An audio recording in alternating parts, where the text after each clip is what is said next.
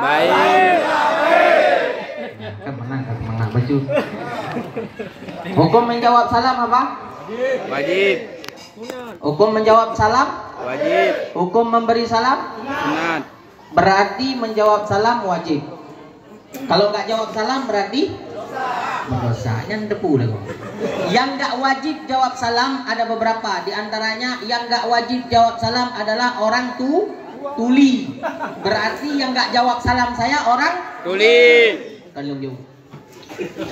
Kemudian yang nggak wajib jawab salam adalah orang gila. Berarti yang nggak jawab salam ustadz adalah orang anjau keren.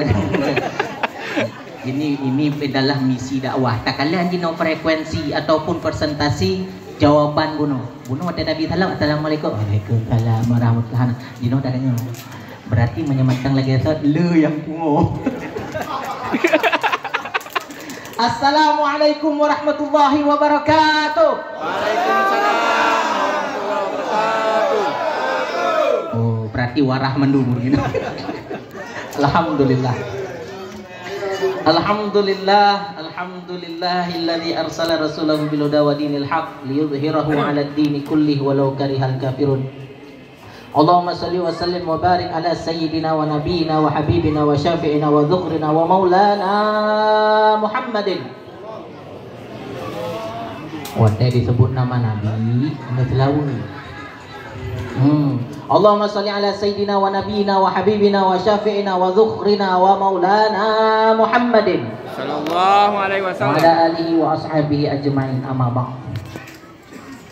Yang kami muliakan, kata-kata takdim mulut Tuhan kepada para asatiz, para habaib, para kiai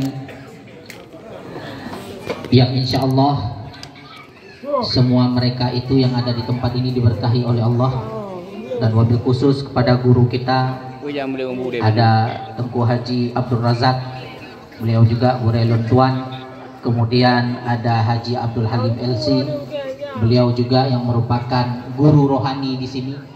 Bagi jamaah-jamaahnya tolonglah, kalau guru sudah datang duluan, kalau kita bisa sesegera mungkin, kalau bisa sesudah acara maulid ini dari 1% naiklah, benaik 1,5% tuh, 1,5 berarti harus ada peningkatan. Dan kemudian kepada ketua Porsimas Condet Bapak Muhsinuddin, mohon maaf, Haji Arifin.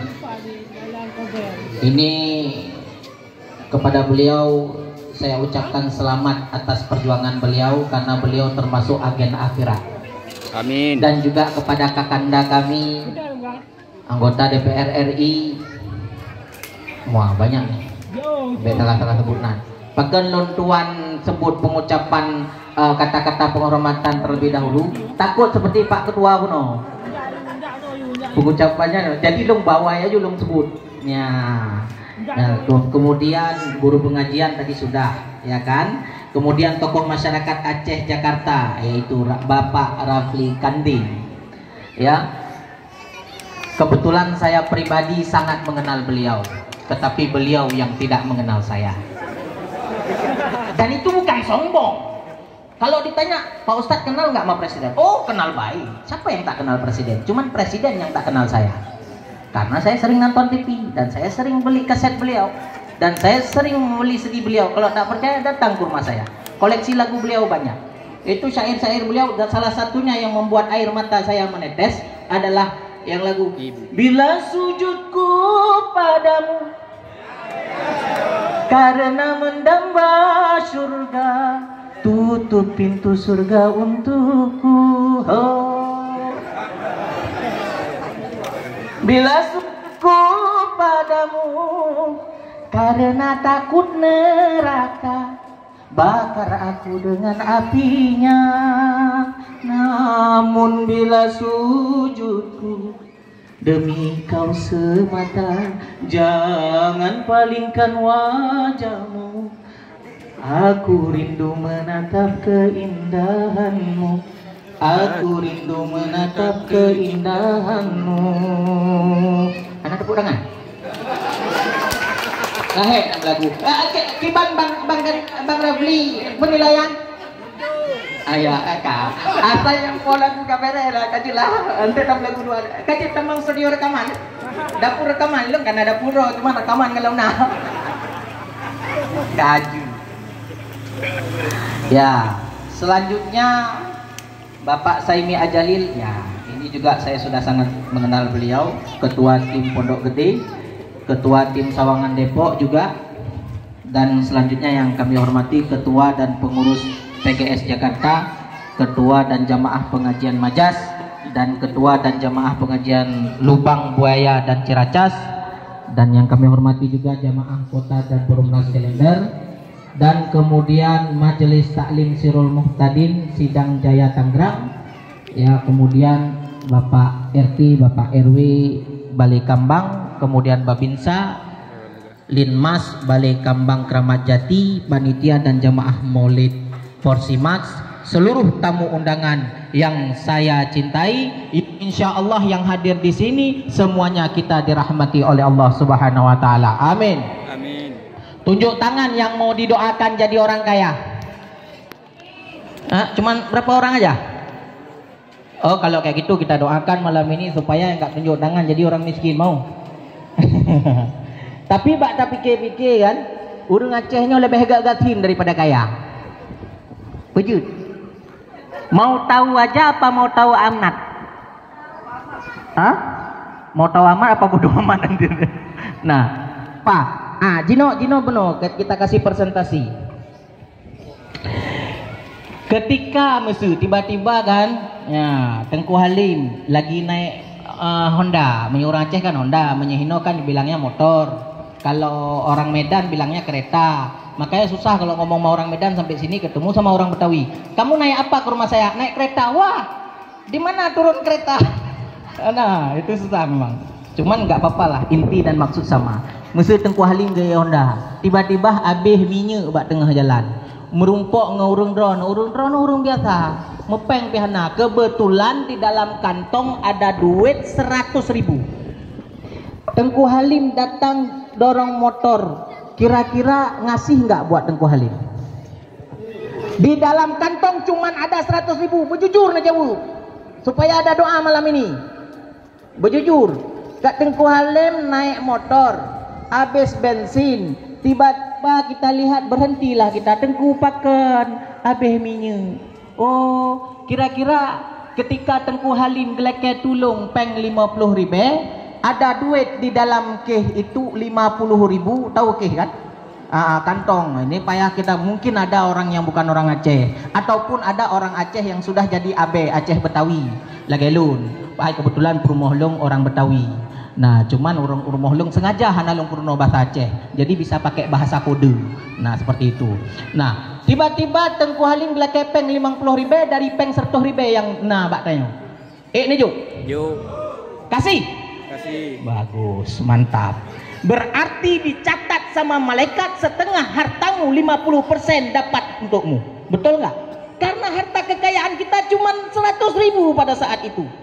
Dan ada kalanya kita duduk di kafe, peng tanya 100.000, abeh untuk traktir ngondo.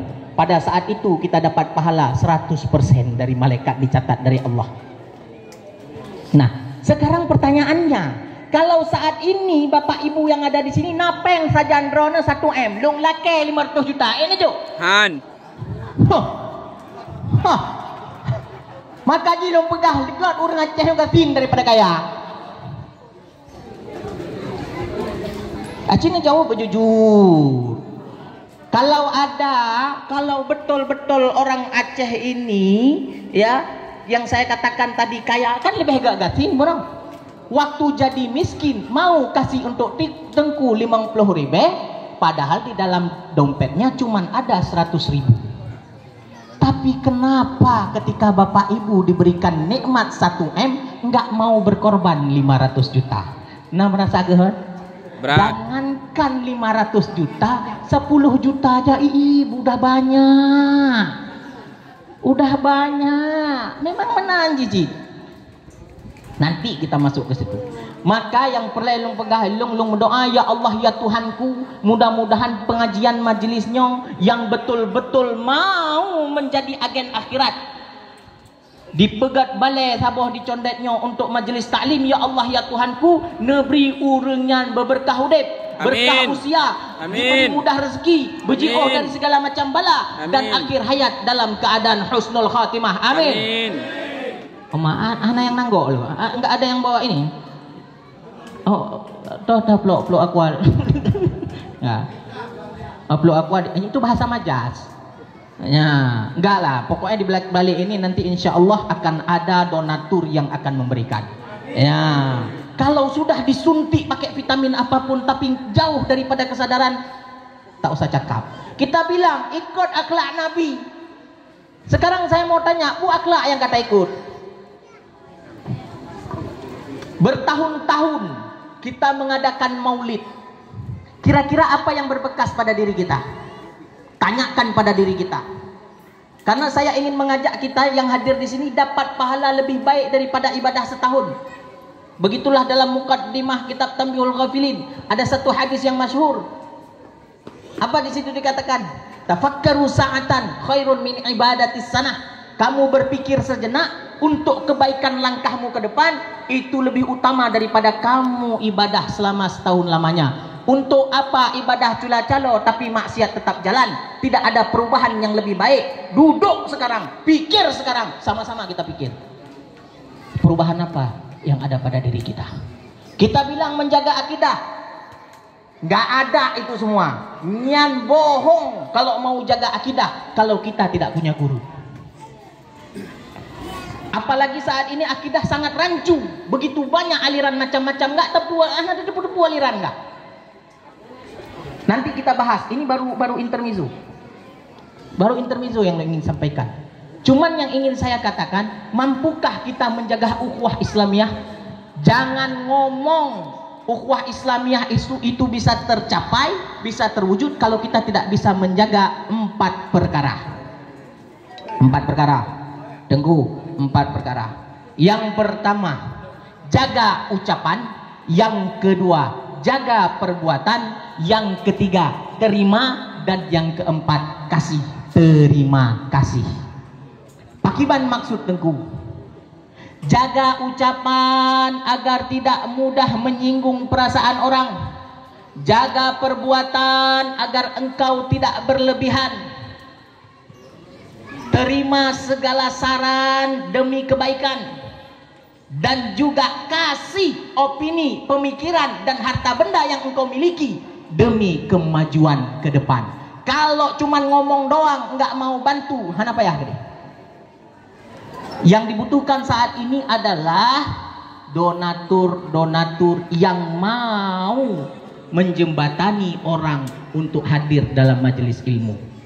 Nyo mudah-mudahan le ceramahnya, nyo majelis ilmu, majelis taklim ramai yang ikut insyaallah. Amin. Nyo menyekali long pegahnya hana berubahnya hana tepu pegah. Biasanya saya hadir dalam majelis itu saya selalu katakan orang-orang yang hadir dalam sini udah pasti dapat pahalanya hana pulai lagu udah. Tidak perlu ragu. Pahala sudah dapat. Tapi orang yang rugi hadir dalam majelis tapi rugi. Tahu siapa dia? Yaitu ketika duduk di sini ada pemandu orang untuk kita suruh berselawat, untuk suruh berzikir, tapi lisan kita berat untuk berzikir dan bersolawat. Nyaur. Padahal iman kita ini iman suasana. Kita butuh suasana yang mendukung iman kita. Tapi kalau sudah begini keadaannya, lisan masih berat berselawat kepada Nabi, lisan masih berat juga untuk berzikir kepada Allah. Ingat, hati-hati. Ini saya ingin sampaikan sebuah riwayat.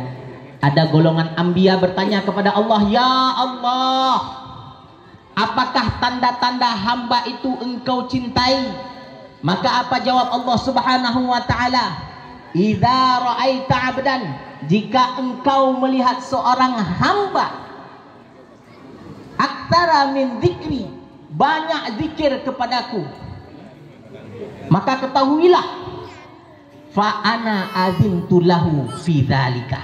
Aku yang mengizinkan lisannya bisa menyebut nama aku dan nama kekasihku Muhammad sallallahu alaihi wasallam. Wa ana uhibbuhu, dan orang-orang yang mudah mengucapkan zikir dan selawat, berarti itu adalah tanda bahwa kita masih dicintai oleh Allah Subhanahu wa taala. Nah, tanyakan tadi watena tengku bimbing tanya selawat dan selawat. Kalau ada di antara kita yang berat membaca selawat, maka khawatir saya. Khawatir ketika mati Allah berkata, aku tak sudi namaku keluar dari mulutmu yang hina. Aku tak sudi nama kekasihku kau sebut dengan lisanmu yang kotor. Na'udzubillah, tsumma na'udzubillah. Sekarang lisan kita masih mudah berbicara, maka banyak-banyak berzikir. Begitulah hadis baginda Rasulullah sallallahu alaihi wasallam dari Sa'ad bin Abi Waqqas. Rasulullah mengatakan kepada para sahabat, tidakkah kalian bisa mendapatkan dalam satu hari 1000 pahala? Lalu sahabat bertanya, bagaimana kami bisa mendapatkan 1000 pahala dalam satu hari? Maka dijawab sama Nabi, banyaklah kalian bertasbih dalam 100 kali, maka akan diganti oleh Allah 1000 pahala atau diampuni 1000 dosanya. Ini mudah sekali dapat pahala, mudah kali ikut sunnah Nabi. Ini sunnah Nabi yang kecil, tapi ada nggak pernah kita bertasbih kepada Allah dalam satu hari 100 kali? Nyampe ni jauh keron. Maka di kesempatan ini, biar ada rahmat Allah, saya mau mengajak, walaupun ada di antara kita nggak pernah berzikir, ini malam ini saya mau ngajak zikir, walaupun hanya sedikit. Nanti sambung sendiri di rumah.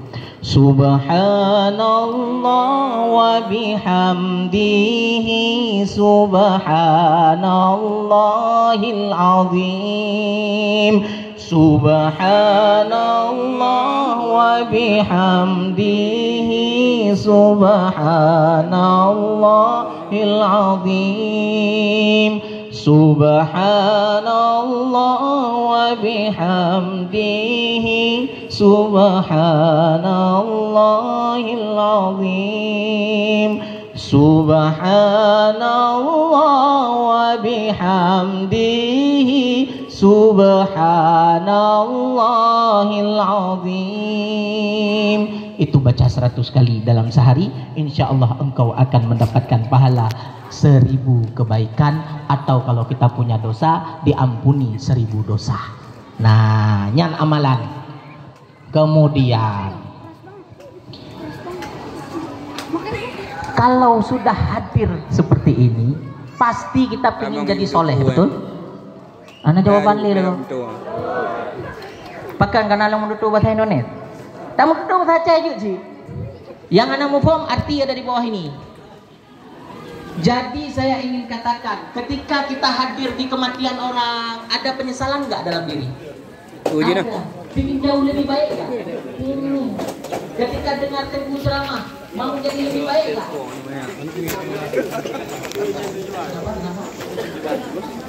Elek loji ni. Udah dalam duduk.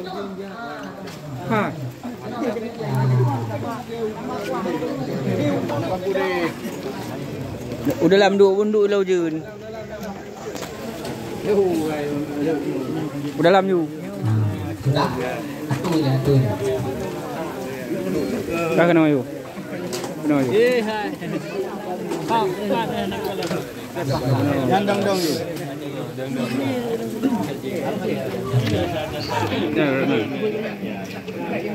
Itu yang pandangan. Ya, tinggal yuk.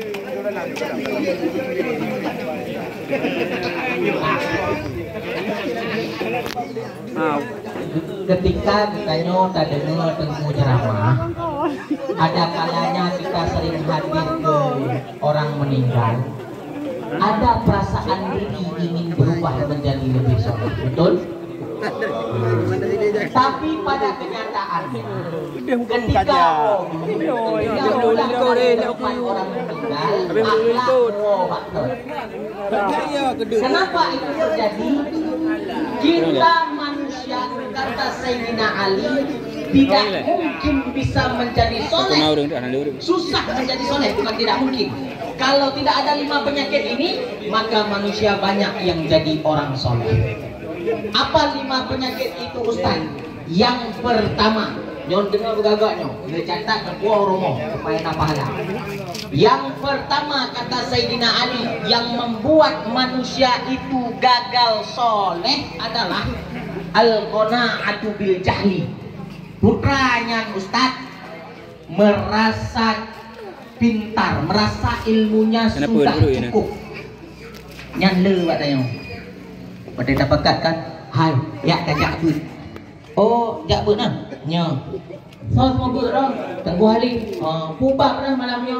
Bak tahara. Oh, kajak but kah dah. Ilok ka hatam dong bak bagian tahara ya. Itu yang dijawab. Merasa diri pintar. Merasa diri ilok jamun kalau dia bu. Apa yang dia bu beliaunya? Dia bu. Dia bu. Apa itu? Merasa diri pintar. Ketika hadir dalam majelis taklim dia merasa bosan. Kenapa bosan? Karena yang dibahas itu aja. Ada yang ngomong begitu, coba minum lu. Udah jabu, udah dibahas masalahnya tapi. Bak merucilah, bak tunggu semayanglah, bak semayanglah. Mungkin perlu ada. Hai, benar tak kena. Dunia nyocik memang konser. Yang lu pegahnya piat tak cik. Nyo, ini hari apa? Hari apa ini? Jumat. Besok? Besok lagi? Dan minggu depan lagi ketemu nggak sama Jumat lagi? Tidak ada. Ketemu sama besok kayak gitu juga. Ini nanti tadi sudah azan Isya. Bunyi azan Isya macam mana? Allahu Akbar, Allahu Akbar. Azan subuh gimana?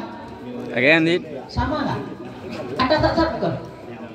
Apakah nanti waktu di azan Isya asyhadu an la ilaha illallah satu sisi Allahu Akbar mungkin mau rubah pakai versi baru. Apa kabar? Yang ini bang lagi langsung kita nih. Memang di dunia ini ada tak. Walaupun ada tak di pinggir ada tak tetap hendak mengamati. Pakai al-qana'atu bil jahli, merasa cukup dengan ilmu yang dia punya, akhirnya dia malas pergi ngaji, nggak mau ikut pengajian. Padahal di dalam pengajian itu,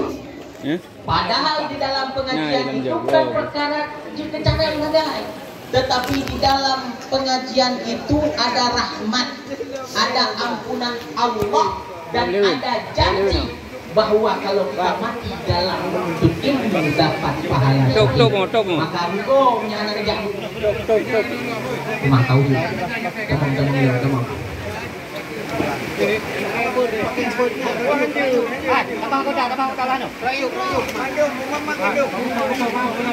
Ya. Cari posisi itu yang pas. La ilaha illallah. Lam yu.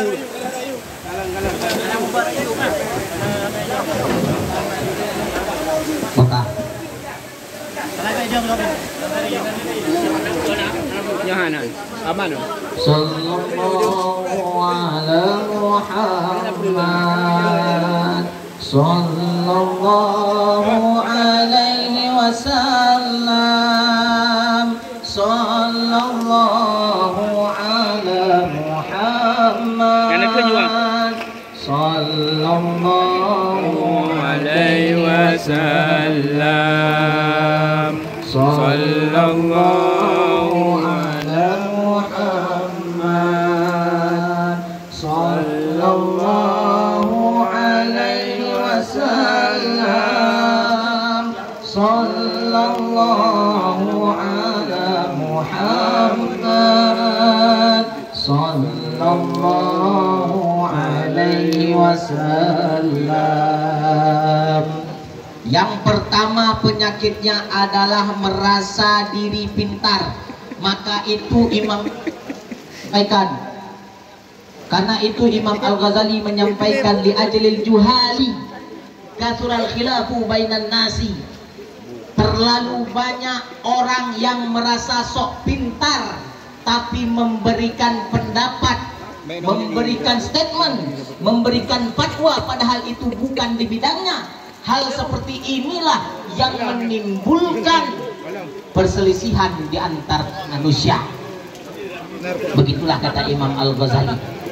Walau sakata man la yadri, andai kata orang yang gak tahu itu diam, laqallal khilafu bainal khalqi, maka sedikit sekali perselisihan di antara manusia itu terjadi. Nah, jadi yang bahkan dikatakan oleh Imam Syafi'i, riwayat Imam Baihaqi di dalam Manaqib Imam Syafi'i, man la yuhibbul ilma, orang yang gak cinta sama ilmu. Nyon dengar berkata, man la yuhibbul ilma, orang yang gak senang sama ilmu, berarti hana galak menuntut ilmu, hana galak hadir pada majlis ilmu, tidak suka menuntut ilmu, bahkan tidak mau berteman dengan para habaib tengku, para asatir. Enggan dia, alergi berteman dengan ahli-ahli agama. Maka ingat, wala khaira fi, maka nggak ada kebaikan dengan orang tersebut. Ada kebaikan. Bahkan saran daripada Imam Syafi'i, wala yakun bainaka wa bainahu ma'rifatun, jangan sampai kamu dengan dia itu saling mengenal. Wala shadaqatun, dan jangan sampai jadi teman akrab. Lu ulangi, kalau ada orang yang gak senang nuntut ilmu, saran daripada Imam Syafi'i, bek tamengan dengan urunya. Dan jangan sampai kita saling mengenal dengan orang tersebut. Nyo bahayanya. Ya, jadi nyo pemuda-pemuda yang mentang muda, yang kalau mau kawin, aman. Bek galau. Ini apalagi sekarang zaman TikTok, begitu udah galau. Apalagi sekarang udah ada lagu yang booming. Itu lagu yang itu apa itu? Banyak sekali ini anak-anak muda mereka galau di roy. Didengar lagu, pakai dengan lagu itu roy. Putra lagunya. Salahku juga karena jatuh cinta, insan seperti dirimu, sangun bidadari. Berkatakan lagu baru. Alah. Cik menang kan biasa. Kan fungi utang. Tak lanjut lagi. Kita ulang kalau berarti apa kan lagu itu? Coba nanti sambung. Saya mau lihat lu. Ini latih hafalan. Nah, pelan lagi. Salahku juga karena jatuh cinta, insan seperti dirimu, seagun bidadari. Seharusnya aku cerminkan diriku sebelum tirai hati. Aku buka untuk mencintaimu. Nah, like, comment, and share. Langsung terkenal. Taman Pak itu. Nah, nampur cabai. Gadunya. Itu, hai rata sama orang kalian udah datang lagunya. Lumayan cerita.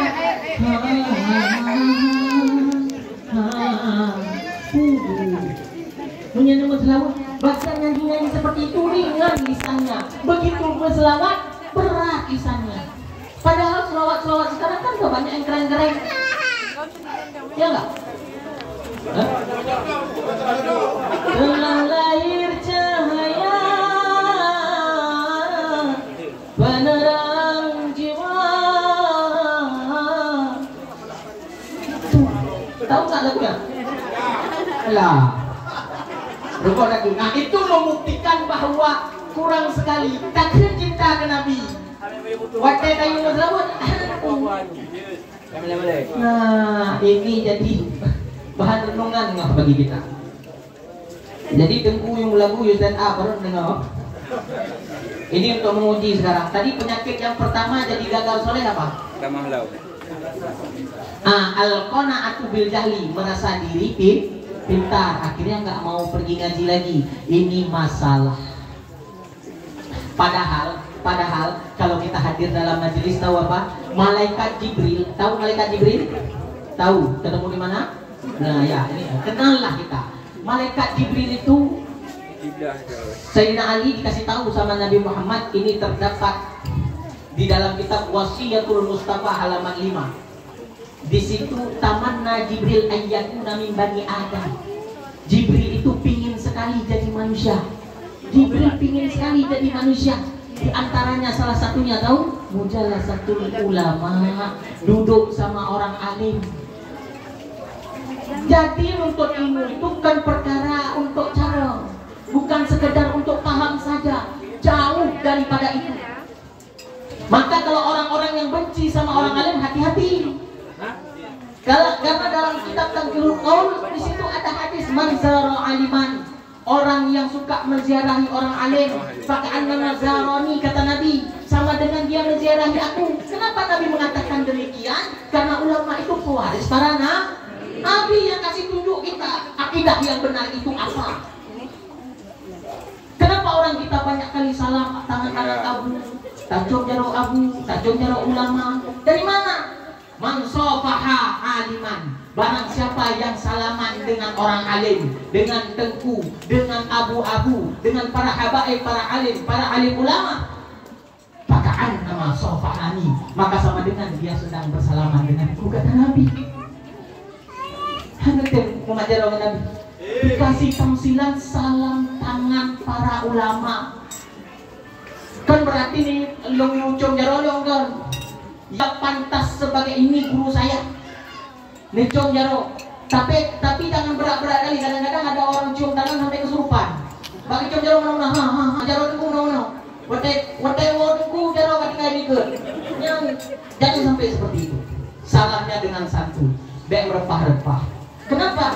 Karena ada ibarat dari Nabi, tamsilan dari Nabi. Kemudian manjalasa aliman, yang duduk bersama orang alim. Nah, yang duduk bersama orang alim dalam majelis, bakal nama jalasani fid dunya, maka sama dengan dia duduk bersamaku di dunia. Wa man jalasani fid dunya ajlastuhu yaumal qiyamah. Kalau dia duduk bersama orang alim semasa di dunia, maka nanti di yaumil kiamah dia akan duduk bersama Nabi. Ma'i kalimatnya.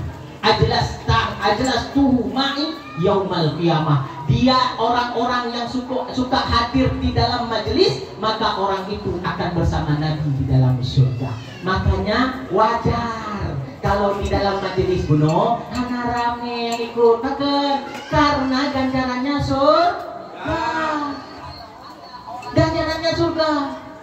Yang membuat Anda malas, yang membuat Anda bosan, itu ada penyebabnya. Salah satu di antaranya adalah TV. Nonton sinetron suara hati istri, suara hatinya, suara hati dia, dan mantung-mantung. Gara-gara sebab itu malas pergi ngaji, ataupun karena ada bola pergi bapak-bapak. Itu yang menyebabkan. Alah, lagi tangguh. Aci pikir. Kenapa menjadi penyebab kita malas untuk pergi ngaji? Memang setan. Saya khawatir Allah tidak mengizinkan kita. Nah itu yang saya khawatir. Selagi masih ada nyawa di kandung badan, bergerak. Nyol tuan pegah. Uang yang hilang masih bisa dicari, apa enggak? Betul apa enggak? Nah sekarang ini, ada pernah saya lihat orang waktu ditanya, kenapa kamu galau sekali? Gak ada apa yang betul. Tadi gak ada apa yang dijuta. Yang gak ada apa yang dijuta, ingat itu. Hilang duit 1 juta, teringat berbulan-bulan. Begitu, tapi dia gak sadar. Harta yang hilang bisa dicari, jabatan yang hilang bisa diraih lagi. Tapi umur kita yang lewat hari demi hari, minggu demi minggu, bulan demi bulan, bahkan berganti tahun, seolah-olah kita masih bisa tertawa, nggak merasa sedih itu.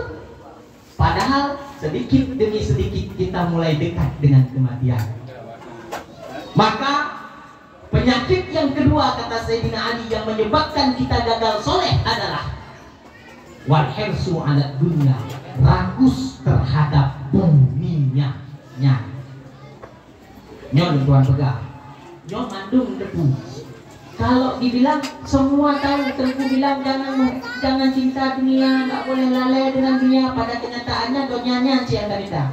Ada jawaban lagi, hai Tengku, memang duit itu bukan segalanya, tapi segalanya pakai duit Tengku. Ada yang bilang seperti itu. Kalaupun mati Tengku, apalagi di Jakarta ini mati kubu pun pakai pen Tengku. Oh betul, jangan salah. Tetapi diperhatikan apa yang dikatakan oleh Imam Ibnul Qayyim. Muhibbud dunya, lihat ada nggak tanda-tanda ini pada diri kita? Muhibbud dunya la yanfaku min talatin. Orang yang terikat hatinya dengan dunia, maka dia tidak akan lepas dari 3 perkara. Nah, ini yang pertama. Ini ingat betul. Yang pertama, hammun lazimun. Orang yang terikat hatinya dengan dunia, gelisah tiada henti. Apalagi orang yang kalepa kaya. Saking kayanya nih orang, ada sebuah cerita, saking kayanya termasuk salah satu orang terkaya di dunia, tapi sudah innalillahi wa inna ilaihi raji'un. Padahal hidupnya penuh dengan ketelitian. Dia nggak percaya sama satu orang pun, termasuk sama anaknya, karena anaknya juga dia menganggap anaknya mengharapkan dia cepat mati. Akhirnya begitu mau makan dipanggil asistennya, kebeduk bu, lagi bunuh musuh di hidang, beduk bu. Nyan, aku baju dia. Asisten, kemari. Coba kamu makan dulu, makan.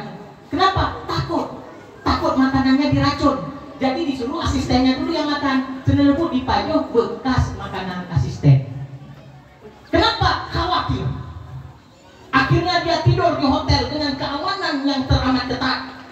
Tapi dia juga nggak bisa tidur karena dia tidak bisa percaya kepada siapapun. Akhirnya ketika dia buka tuh jendela hotel, dilihat ada satu gerobak.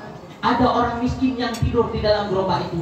Dan dia pun keluar, dilihat, Masya Allah, ini orang bisa tidur di dalam gerobak dalam keadaan hujan.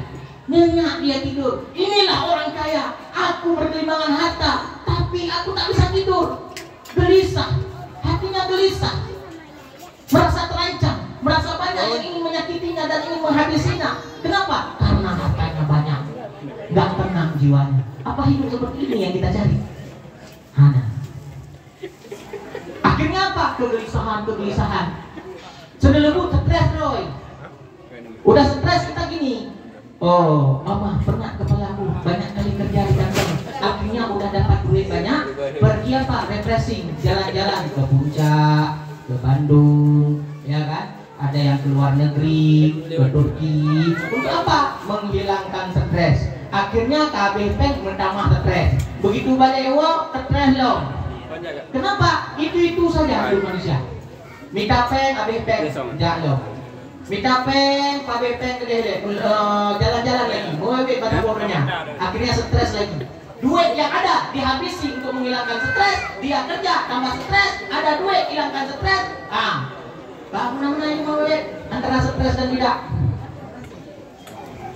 Dan kemudian yang kedua, yang pertama, orang yang terikat hatinya dengan dunia, dia akan selalu gelisah. Yang kedua, orang yang terikat hatinya dengan dunia, maka dia wata'abun daimun. Dia akan capek seumur hidup. Nyolong tuan pegang. Kalian mbak acara-acara TV, artis-artis, betul? Bulan puasa mau terawih kan? Beda pegangan terawih, menyena. Wow, lagi orang terawih, lagi dia siaran TV. Tujuannya apa? Untuk mencari komisi. Dikumpul duit berlebih-lebihan untuk anak istri. Dikumpul duit bukan lagi MM-an, tapi sudah triliunan. Kerja. Akhirnya istirahat pun berkurang, badan lelah, badan capek. Akhirnya terlalu dipaksa jadi penyakit. Uang yang dikumpulkan habis untuk rumah sakit. Begitu sembuh cari duit lagi. Begitu terus dan begitu. Akhirnya dia terlalai, capek mengejar dunia. Karena dunia ini ibarat bayangan. Semakin engkau kejar, semakin engkau tak dapat. Tapi ketika engkau diam dan berpergi, bayangan itu akan ikut engkau sendiri. Terus bayangan itu akan ikut kita. Akhirnya lihat bayangan dia. Nah merokok, ini merokok ini malu enggak? Enggak mungkin bisa kita dapat tuh bayangan. Tapi ketika kita tidak usah pedulikan bayangan, bayangan itu akan ikut kita kita selalu kemanapun kita pergi. Nah, dan yang ketiga, wa hasratun la taqdir. Merasa penyesalan tiada habisnya. Akhirnya ketika mati, barulah ya Allah, baru damo. Ya Allah, saya sudah mencari harta yang begitu banyak, belum sempat saya nikmati, udah keburu mati. Akhirnya anak istri ribut masalah harta warisan, merebutkan harta warisan yang aku tinggalkan. Akhirnya kita tersiksa di dalam kubur.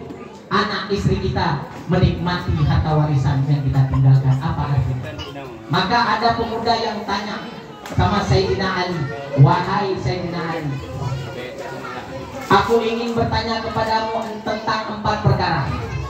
Apa yang wajib dan apa yang lebih wajib. Nyon ingat perkataan, ada seorang pemuda yang tanya sama Sayyidina Ali, apa yang wajib dan apa yang lebih wajib.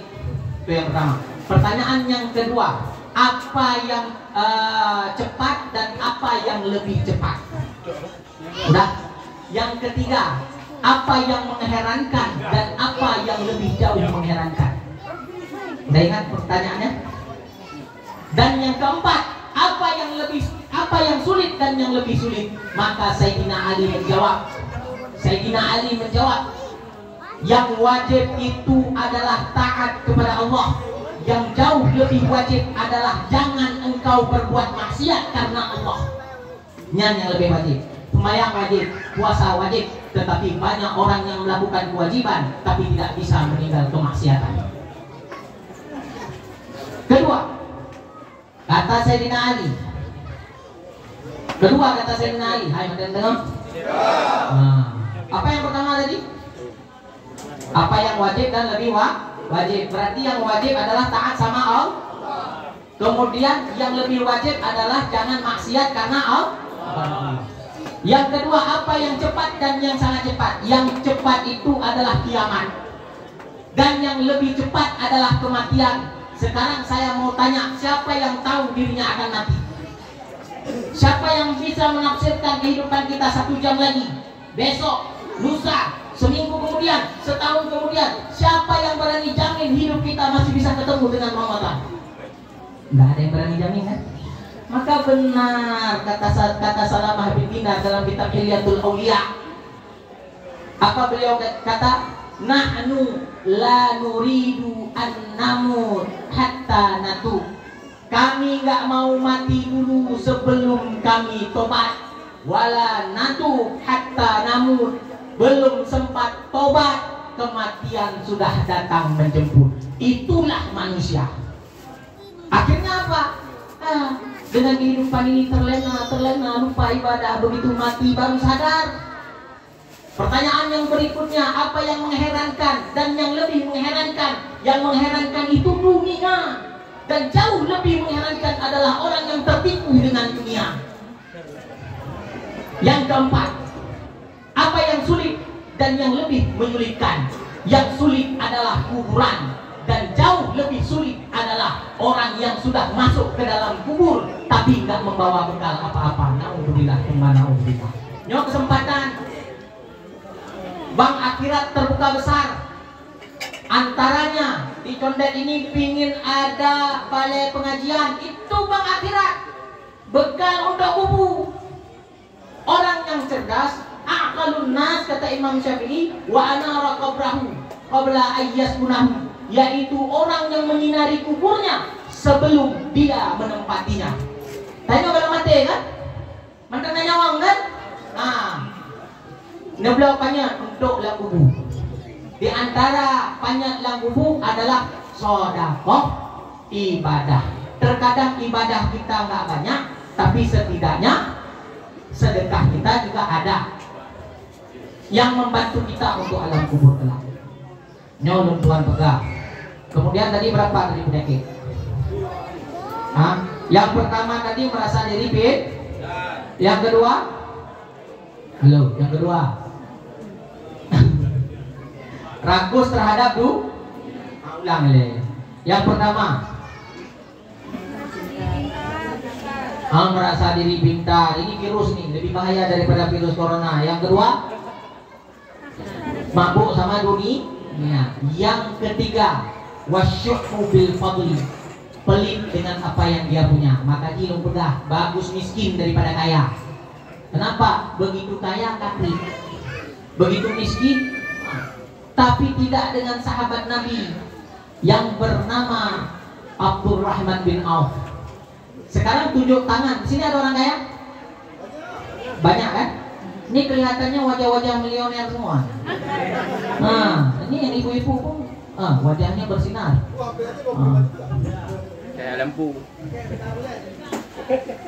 Nah, ini sekarang saya mau bilang ini, panitianya mau diputar kotak amal, minta jamaah kasih seala kadar. Ini seala kadar jangan 10.000. Ini sekarang saya mau bilang, ini tunggu dulu, panitia stop dulu. Saya mau bilang ini, ketika Anda bersedekah, ini saya bilang, ketika Anda bersedekah, iringi dengan niat. Kalau sedekah aja pahalanya cuma satu, yaitu dapat pahala sedekah. Tapi ketika diiringi dengan hajat, maka itu akan menjadi sebab terkabulnya doa.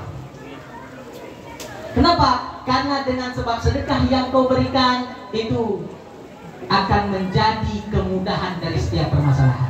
Ini misal ada cewek yang belum ada jodoh, ya kan? Ya Allah, begitu datang nanti kota amal kan, ya Allah, mudah-mudahan dengan sedekahku yang tak seberapa ini aku bisa dapat jodoh. Tapi kalau minta jodoh tolong jangan terlalu, mintanya ini jangan terlalu gimana ya, signifikan. Ya Allah, aku mau dapat suami yang ganteng, yang tingginya kira-kira 200 meter, kemudian hidungnya mancung, kemudian kayak artis ala-ala Korea. Alah, jangan atur Allah, minta jodoh yang terbaik. Tapi jangan juga mintanya terlalu singkat. Ya Allah, Engkau paling tahu isi hatiku. Bukan. Apa yang paling tahu? Ikatkan apa? Tapi jangan minta Allah paling tahu apa yang kita butuhkan dari sekedar apa yang kita inginkan. Bisa jadi keinginan kita itu adalah nafsu. Maka begitu udah gantung masukkan. Jadi doa. Begitu juga mungkin di sini saya lihat ada wajah-wajah lagi menang tender. Ataupun lagi ada ini mudah-mudahan menang tender. Nah, ini kesempatan nih. Saya doakan yang sedekahnya banyak menang tender. Kalau ada tendernya 1 triliun ya alhamdulillah. Nah, tapi sedekah begitu sedekah itu niatkan, ya Allah ya Tuhanku, mudah-mudahan dengan sedekah ini ya Allah tembus tenderku ya Allah, tembus tenderku. Nah, itu masukkan, begitu masukkan 2.000. Tender 5M. Pen kamu 2.000. Alah. Cobalah. Nah, panitia, saya mau bilang sedekah itu ada hurufnya sodakofta, saunun halak. Orang yang bersedekah itu tak mungkin miskin. Yang kedua, orang sodak dakmul bala, orang yang suka sedekah akan terhindar daripada bala. Kenapa Indonesia baru tadi juga terjadi gempa? Kenapa Indonesia banyak musibah? Di antaranya terlalu banyak orang kaya yang mulai pelit. Kemudian qaribun ilallah, dengan sedekah itu adalah jalan untuk dekat kepada Allah. Kemudian ada taubat, di dalam sedekah itu ada nilai pengampunan dosa. Maka Nabi Yahya alaihi salam pernah ketemu dengan iblis. Iblis bertanya, ya, Nabi Yahya alaihi salam bertanya sama iblis, wahai iblis, siapa manusia yang paling kamu senangi dan siapa yang paling kamu benci? Yang paling aku senangi adalah orang yang beriman, dia sholat, dia puasa, tapi pelit, nggak mau bersedekah. Maka ini lebih dicintai sama iblis. Tak lumayan, nah, begitu bersedekah, maka ini lebih disenangi sama iblis daripada orang fakir, dia banyak dosa tapi dermawan. Loh, kenapa demikian? Karena orang bersedekah itu akan dekat dengan orang-orang baik. Begitu dekat dengan orang-orang baik, ada doa-doa orang di sekelilingnya, maka bisa jadi Allah ridho atas sedekahnya dan dia mendapat hidayah dari sebab itu. Subhanallah. Jadi dek, jangan merasa pelit. Wa ma anfaqtum min syai'in fahuwa yukhlifu wa huwa khairur raziqin. Apapun yang kau berikan untuk di jalan Allah, maka Allah yang akan ganti. Siapa yang bisa menilai seberapa besar Allah akan ganti? Makanya keluarkan terus. Yang punya dolar. Nah, yang punya emas hantam keluarkan. Nah, terus ya. Sambil berjalan, ayo kita baca selawat. Sallallahu ala Muhammad. Sallallahu alaihi wasallam. Sallallahu ala Muhammad. Sallallahu alaihi wasallam. Allahu ala Muhammad.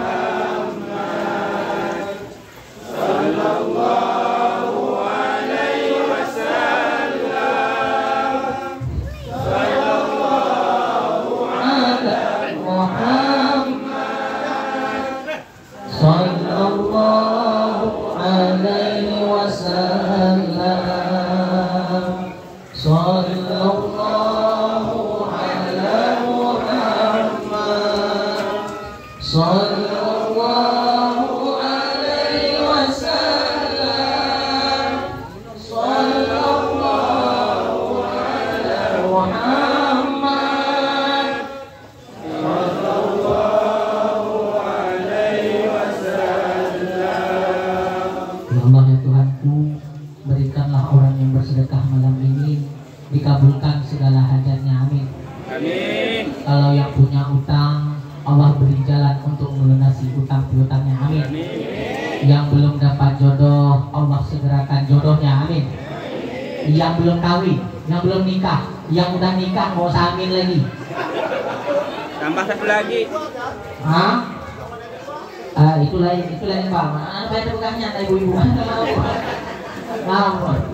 Nah, belum apa-apa udah main api. Nah, mudah-mudahan ini rezekinya. Kalau yang punya anak, jadilah anak-anaknya anak yang soleh dan solehah, menjadi investasi berharga untuk di yaumil akhir kelak, amin ya rabbal alamin. Dan ya Allah, yang bersedekah malamnya ya Allah, memberi mantum ya Allah, bujur kurun kaya, amin. Tetapi tiba-tiba kering, nanti ya Allah.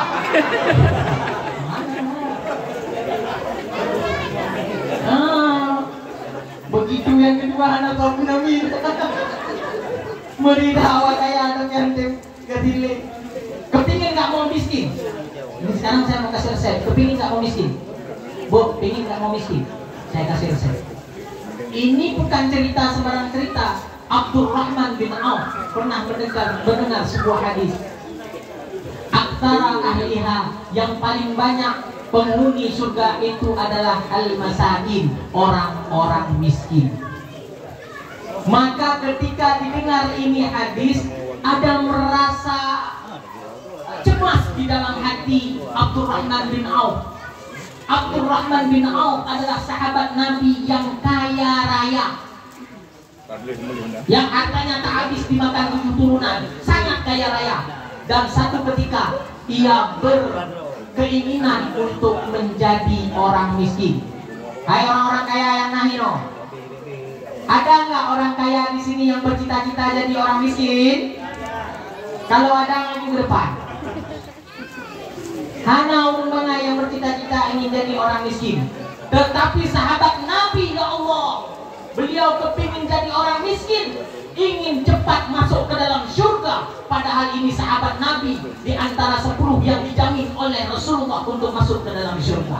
Tapi dia khawatir dia masuk ke dalam surganya lama karena hartanya banyak.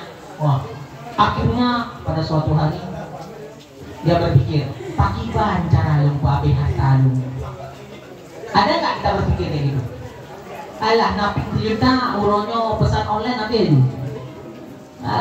Iya, apalagi pakaian ibu-ibu, belum lagi alat kosmetiknya itu. Nah, mahal. Langsung dia bilang ke suami, ya kan? Ikulit lagu pakai mah hotel kalau mau kawin dong kalian orang cukup daging. Wadai kalian mengkomentarkan hi lagi menang-menang. Langsung naik suhu kompor, ya kan? Kena you, wah. Menyempelajari, di belanja belum? Dia parfum mana mahal? Nak pikir lipstick apa mahal? Nak pikir baju baru mana mahal? Akhirnya, agak apa-apa katanya, karena nggak mau keluar duit bilang, engkau cantik apa adanya.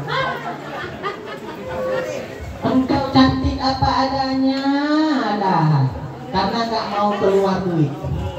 Ya, akhirnya itu suami yang setia, setiap tikungan ada. Alhamdulillah, di sini suaminya setia semua, amin. Hanya amin ya kok. Amin. Apa yang cerita Abdurrahman bin Auf. Abdurrahman bin Auf bercita-cita ingin jadi miskin. Tiba-tiba pada suatu hari di Madinah itu ada sebuah wabah yang akhirnya panen kurmanya banyak yang busuk. Semua penduduk Madinah itu bingung, kurmanya gagal panen karena tak layak untuk dikonsumsi. Jadi kurma busuk. Nah tiba-tiba, kata Abdurrahman bin Auf, inilah kesempatan aku menjadi miskin. Diumumkan kepada penduduk semua Madinah, aku beli harga kurma kalian dengan harga normal. Senang gak penduduk Madinah? Senanglah, alhamdulillah. Ada yang mau beli kurma ini walaupun kurmanya sudah tak layak konsumsi.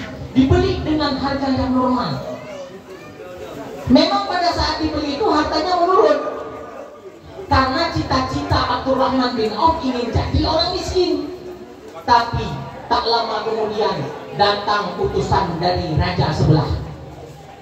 Kami dengar di sini ada kurma busuk. Betul? Kami ingin borong semua kurma busuk itu. Tapi maaf, utusan raja, karena kurma-kurma yang ada di Madinah ini semua sudah diborong sama Abdurrahman bin Auf. Oh begitu? Di mana rumahnya? Belah Wiranan. Pergilah dia, diminta beli. Kami bayar 20 kali lipat. Hana jadi kasih. Kenapa? Karena udah janji Allah. Dan Allah tidak akan ridho dia kehilangan apa yang dia miliki. Kenapa? Karena amanah. Tapi ingat, orang kaya yang pelit, Allah akan ambil dengan cara Allah. Engkau simpan duitmu di brankas besi sekalipun, ketika engkau sakit, dia akan keluar dengan sendirinya. Maka penyakit yang membuat kita gagal soleh adalah wasyuhu bil fadli, pelit kedekut luar biasa. Yang keempat, wariya fil amali, ada ria di dalam amalnya. Ini penyakitnya nih. Ketika sudah ada jabatan, ketika sudah ada menjadi orang kaya, enggak semua, ada orang kaya yang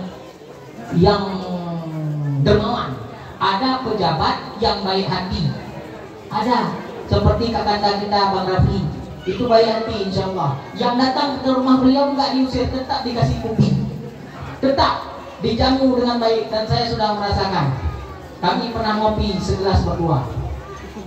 Karena adalah lain.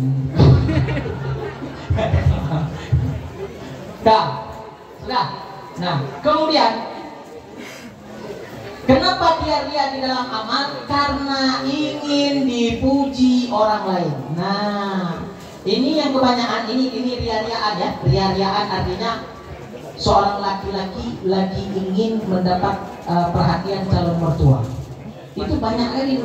Kalau bapaknya dilihat suka merokok, dibawa rokok, akhirnya anaknya bisa dijemput, ya kak. Nah, baru jatuh cinta. Itu yang perempuan saya bilang kalau ada tipe-tipe laki kayak gini, udah bisa kunci hidup. Jangan sampai engkau terbujuk rayu oleh gangguan-gangguan buaya-buaya darat. Buaya itu setia kalau di laut, kalau sudah ke darat berbahaya. Seperti itu. Tidak semua, banyak laki-laki yang setia. Baik. Apa tadi, berapa tadi? Yang pertama tadi adalah, ini catatnya email. Yang pertama tadi adalah merasa pintar. Yang kedua rakus sama dunia.